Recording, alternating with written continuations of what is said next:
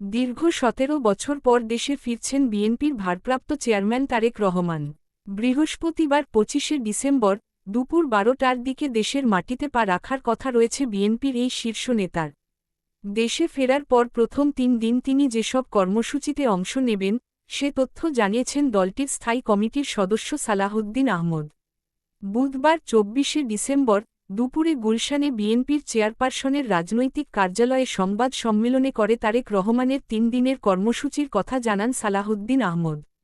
সালাহউদ্দিন আহমদ বলেন, আগামীকাল দুপুরে বিমানবন্দরে নামার পর দলের জ্যেষ্ঠ নেতারা তারেক রহমানকে স্বাগত জানাবেন। এরপর তিনি জুলাই এক্সপ্রেসওয়ে তথা ৩০০ ফিট রাস্তায় সংবর্ধনাস্থলে যাবেন।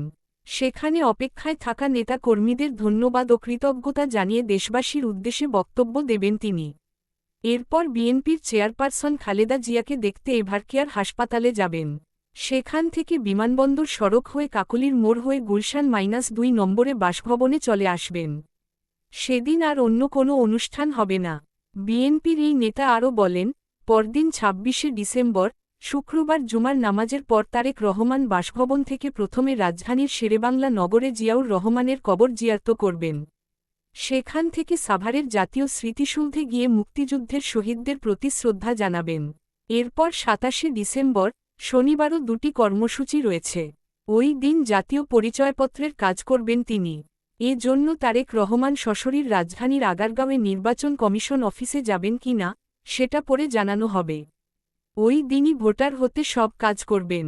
এরপর শহীদ ওসমান হাদির কবর জিয়ারত করতে ঢাকা বিশ্ববিদ্যালয় ক্যাম্পাসে যাবেন। সালাহউদ্দিন আহমদ জানান, শহীদ ওসমান হাদির কবর জিয়ারত শেষে সেখান থেকে রাজধানীর শ্যামলীতে পঙ্গু হাসপাতালে চিকিৎসাধীন জুলাই গণ অভ্যুত্থানে আহত ব্যক্তিদের দেখতে যাবেন তারেক রহমান।